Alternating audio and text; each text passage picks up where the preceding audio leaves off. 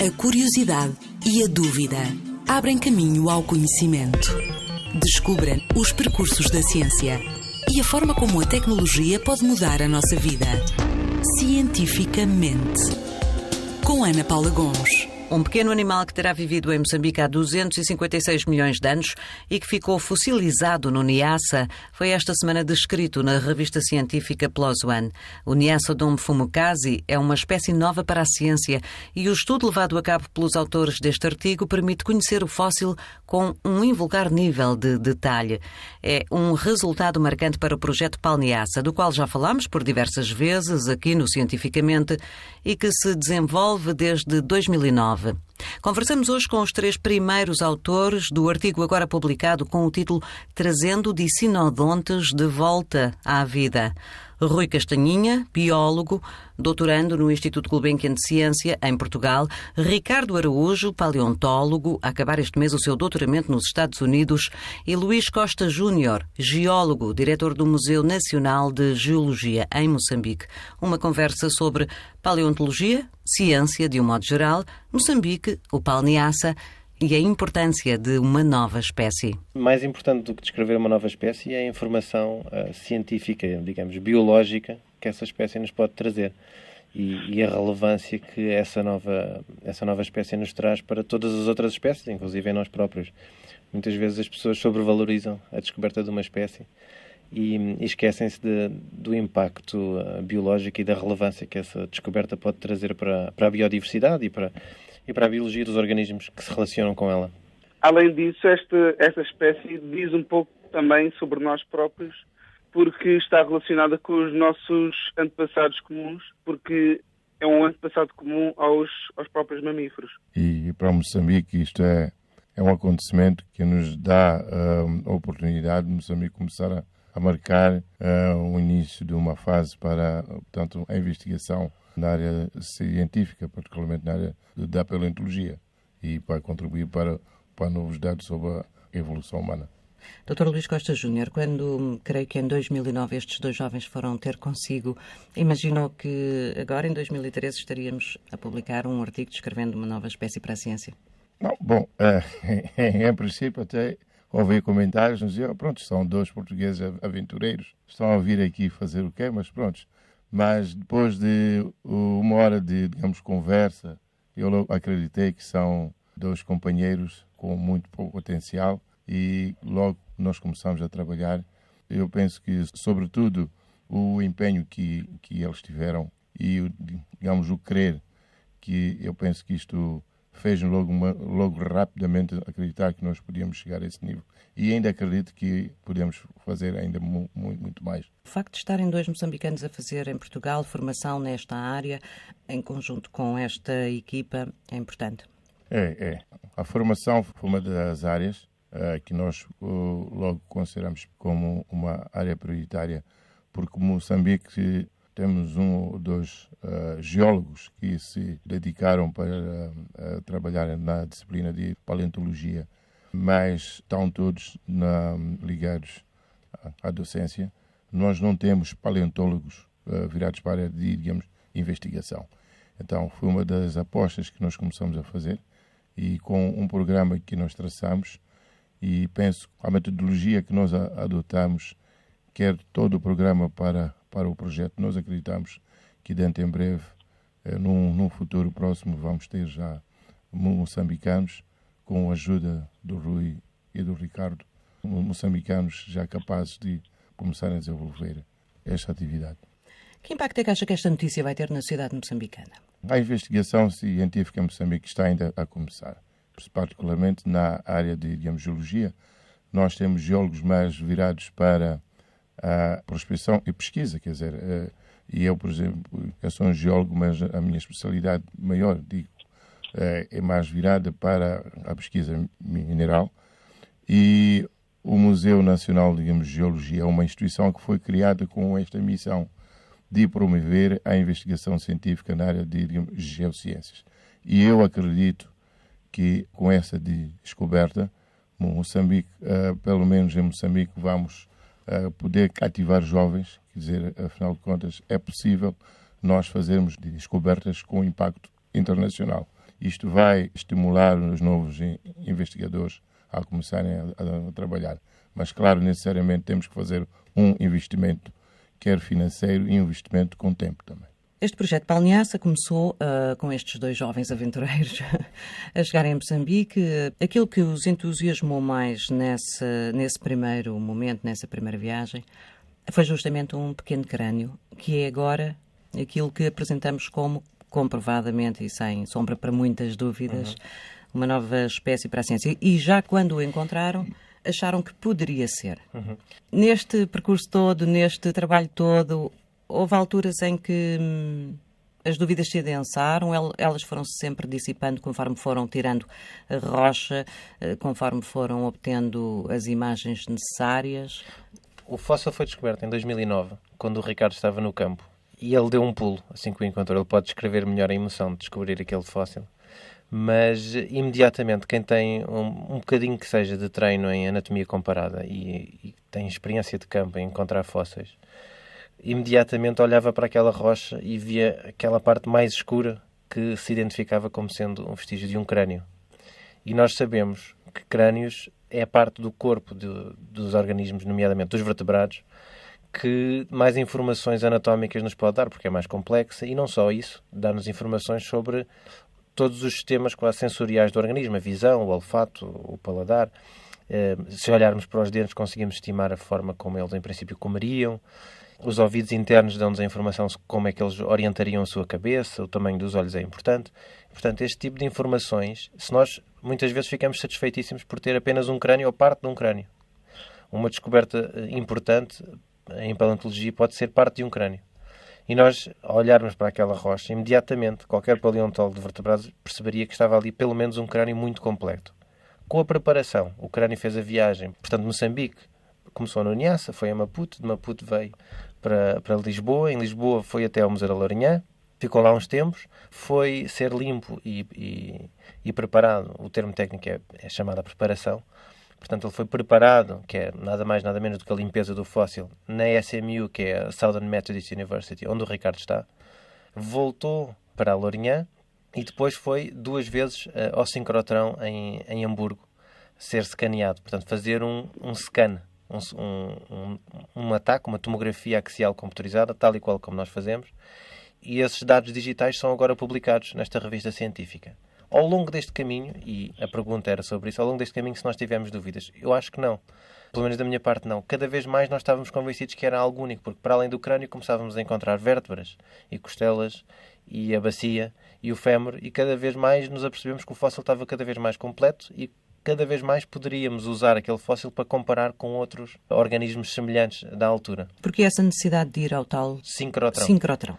O sincrotrão é um acelerador de partículas. Existem vários no mundo. E existe um em Hamburgo, na Alemanha, que é utilizado para fazer uma série de experiências e que emite, portanto, as partículas ao serem aceleradas por um anel que tem centenas de metros de perímetro, essas partículas, que são eletrões, ao desacelerarem, libertam fotões e libertam radiação X, que é exatamente a mesma radiação que nós usamos para fazer um raio-x ou para fazer um TAC. E ao longo desse perímetro, desse anel onde as partículas são aceleradas, na tangente são construídas uma série de linhas, eles chamam linhas de investigação, e tem aqui 2 sentidos a linha, é uma linha de investigação e também é realmente uma linha, porque por ali passam em feixe os raios-x. E no seguimento dessa linha, eles constroem aparelhos de TAC que têm a vantagem de utilizar uma radiação X que é muito mais potente, as ondas são mais coerentes, quer dizer, estão mais alinhadas, a radiação é paralela e o feixe é maior do que o de uma máquina de raio-x tradicional que nós podemos encontrar em qualquer hospital. E isso permite-nos ter um contraste entre o material mais denso e menos denso muito melhor, que é precisamente aquilo que nós precisamos quando queremos, virtualmente, num computador, distinguir entre o que é rocha e o que é fóssil. E foi isso que nós fizemos ao longo destes meses, separámos, ou seja, fizemos uma preparação, uma limpeza digital do fóssil no computador, separando a rocha do fóssil. Sem esta ida ao sincrotrão seria muito difícil, porque os aparelhos que nós temos cá em Portugal e até na Península Ibérica não são tão potentes como esta máquina e, portanto, não nos permitiriam fazer esta análise tão detalhada. E foi por isso que é importante fazer esta análise e, há poucos dias, ainda esta semana, tivemos a oportunidade de imprimir o fóssil em 3 dimensões e julgo eu, é o primeiro fóssil que eu tenho conhecimento, pelo menos, que é o primeiro fóssil em Portugal a ser impresso em 3 dimensões e, de certeza absoluta, que é o primeiro fóssil, ou quase certeza absoluta, que é o primeiro fóssil de Moçambique a ser impresso também em 3 dimensões. Vai estar em exposição durante os próximos dias também no Museu da Lourinhã. E, portanto, temos crânio, vértebras... Temos os processos todos. Portanto, temos o fóssil, que é praticamente completo, estamos a falar do crânio, da mandíbula. Temos um osso que é raro encontrar, que são os ossos que fazem parte da parte de baixo da mandíbula, que são os hioides, que normalmente nem ficam bem preservados. São os ossos aqui da garganta. Nós temos aqui uns ossos para falar. E estes organismos são os ossos também chamados ossos da língua, também podem ser chamados ossos da língua, que são os hioides, que está preservado. Temos aquilo que nós achamos que é o hioide e parte do esqueleto pós-craniano, ou seja, esqueleto axial, sejam eles vértebras ou costelas, e a bacia, portanto a parte da bacia, os íleos, e um fémur, parte de um fémur também está preservado. Portanto, digamos que 70%, 80% do esqueleto está preservado. Impresso em 3D, portanto, temos algo como se fosse exatamente é uma cópia. Fóssil. Que material é aquele? Aquilo é um polímero que é derretido na máquina e é impresso e depois, quando arrefece, solidifica e fica extremamente rígido e dura muito tempo. Vamos ter, portanto, o fóssil em exposição no Museu da Lourinhã e o Ricardo, que está no Texas, está ali caladinho ao telefone, está muito longe. Como é que ele vai ver isto? Já viu por e-mail a imagem? Ainda não vi a imagem, não. Mas já agora queria só acrescentar alguns pontos ao que o Rui tinha dito. Realmente, levar um fóssil ao sincrotrão foi não só uma experiência inovadora na ciência em Portugal, mas deu importantíssimos insights científicos em relação ao nosso fóssil. Uma das coisas que foram feitas no sincrotrão foi, com elevadíssimo detalhe, nós vimos algumas particularidades do fémur. E uma das coisas que se passa é que este fémur tem precisamente um modo de fusão entre a parte mais distante do fémur e a cabeça do fémur, tem um tipo de fusão muito semelhante àquele que existe nos mamíferos atuais. Esta particularidade permite possivelmente estender para uma idade muito mais anterior, muito mais primitiva, este tipo de origem de fusão dos membros dos animais. Outra coisa, ainda respondendo à sua pergunta em relação ao facto de ser, se nós estávamos à espera que fosse realmente uma nova espécie, o facto de ter descoberto em Moçambique e numa bacia sedimentar completamente diferente, já de si é distinto o suficiente. Obviamente que podia ser uma espécie que estaria presente na África do Sul, ou na Zâmbia, ou no Botsuana, ou noutro tipo de sedimentos semelhantes. Mas o que se tem observado ultimamente é que cada uma dessas bacias, da mesma idade, tem animais endémicos. E o padrão voltou a repetir-se. Portanto, à medida que nós íamos descobrindo mais e mais características anatómicas, precisamente com o material que nós íamos escavando digitalmente com a informação que nós obtivemos pelas tomografias computarizadas, íamos vendo cada vez mais informação anatómica que nos ia confirmando e distinguindo mais e mais em relação às outras espécies que nós já conhecíamos. No artigo que acabam de publicar, encontramos estas hipóteses? Sim, claro. O título do artigo é Trazendo à Vida os Dicinodontes, que é o grupo ao qual o nosso Niasodomo fumukazi, já agora ainda nem dissemos o nome da espécie, mas esta nova espécie pertence a um grupo que se chama Dicinodontes. Cada vez mais os paleontólogos dedicam-se a estudar não só a geologia, mas também a biologia. Cada vez mais. Ao longo da história tem sido assim. A paleontologia é uma ciência que vive muito, de um lado, da geologia, porque estamos a estudar rochas, mas do outro lado, da biologia, porque estamos a estudar animais. Portanto, é tão importante a parte geológica do estudo dos fósseis como a parte paleobiológica e até fisiológica, comportamental. Cada vez mais há artigos e equipas a estudar isso. Eu sou biólogo e a parte que me apaixona e que me interessa ao estudar estes animais é a parte biológica e a sua componente, a sua importância para o estudo dos outros animais. E, de facto, o nosso artigo dedicou-se não só a descrever anatomicamente o fóssil, mas como a perceber como é que ele poderia viver. Uma das coisas que nós fizemos foi, como temos este TAC, tal e qual como um TAC médico, nós conseguimos visualizar o cérebro, os ouvidos internos, os nervos cranianos e a vasculatura que irrigava o cérebro. Com esta informação nós conseguimos ter uma série de ideias ou pelo menos, propor hipótese de como é que este animal viveria. Ricardo, o doutoramento está quase a acabar, não é? Daqui a 10 dias já estou a terminar. Sim. Mas já agora queria só acrescentar também um pouco àquilo que tem sido dito em termos da parte científica. Realmente, a história dos dicinodontes tem-se focado principalmente em dois nichos mundiais, que é na África do Sul e na Rússia.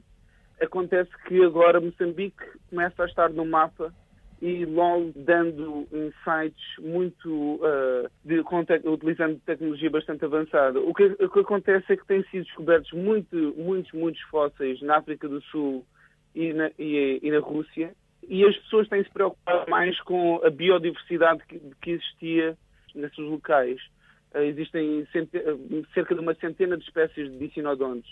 O que acontece com o nosso artigo em particular é que nós damos, para além de aumentarmos a diversidade, neste caso em Moçambique, estamos a dar muito mais uma perspectiva paleobiológica, isto é, de como é que os animais eram em vida há 256 milhões de anos atrás. É por isso é que nós nos focamos tanto em aspectos como o cérebro, o tipo de vasculatura, os nervos cranianos, todos esses dados originais, apesar dos 150 anos de estudo que já têm sido dados aos dicinodontes, nunca tinham sido antes trabalhados, pelo menos com o nível de detalhe que nós tentámos fazer neste artigo. Isto porque também o fóssil que vocês encontraram, de facto, permite esse tipo de abordagem e de estudo?